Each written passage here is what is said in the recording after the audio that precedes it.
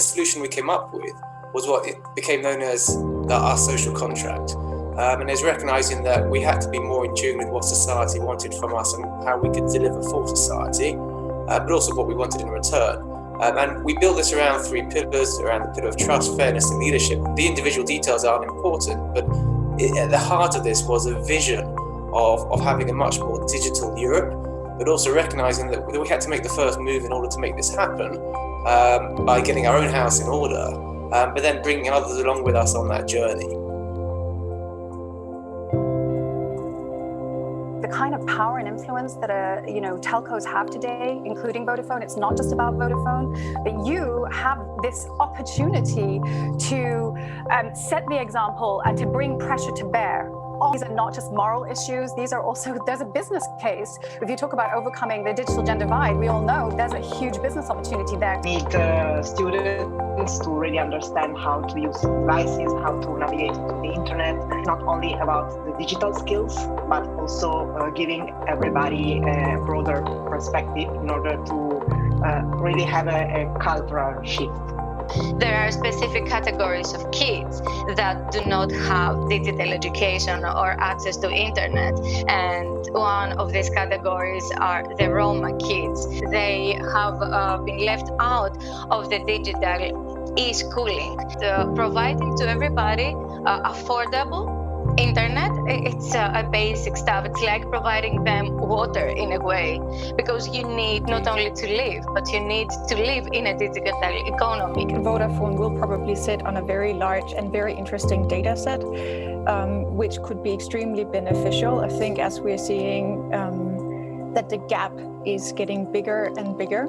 How do we empower the people who don't usually have a voice to have a voice and have a say? Much more effort should be put it into the pushing up the projects. That means that much more effort should be there up there at the European level, with much more support for the regions and the cities.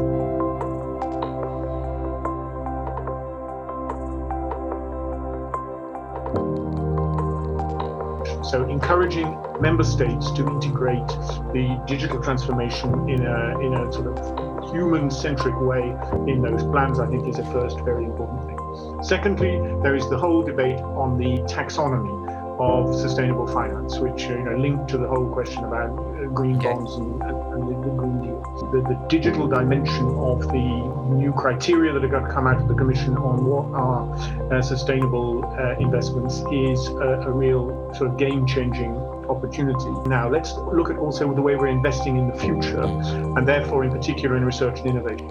If we want to have half a chance to limit climate change catastrophe and win the race to zero, and if we want to make sure that we build a society that really leaves no one behind and is more just and fair, we need digital. We need to level up the access, we need to improve digital skills, we need to make sure the recovery includes everyone, and we need connectivity to help decarbonize society and use natural resources more efficiently.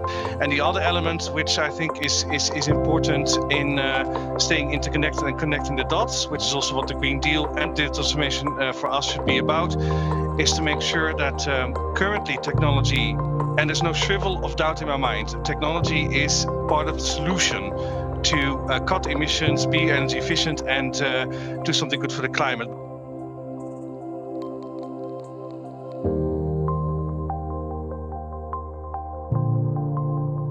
This pandemic is basically a trial run for what's going to happen with the climate crisis. So we need to change our methodologies, because it's very clear to most of us that the structures, the methodologies, the organizations we have are not fit for this digital age. We need to accelerate the transformation in Europe and focus on the one hand, access, but also on make sure we get the next generation networks and technologies ahead of time, or we are at least part of those who are in the lead. What Vodafone can do, what telecommunication can do, is to help the transition to circular economy.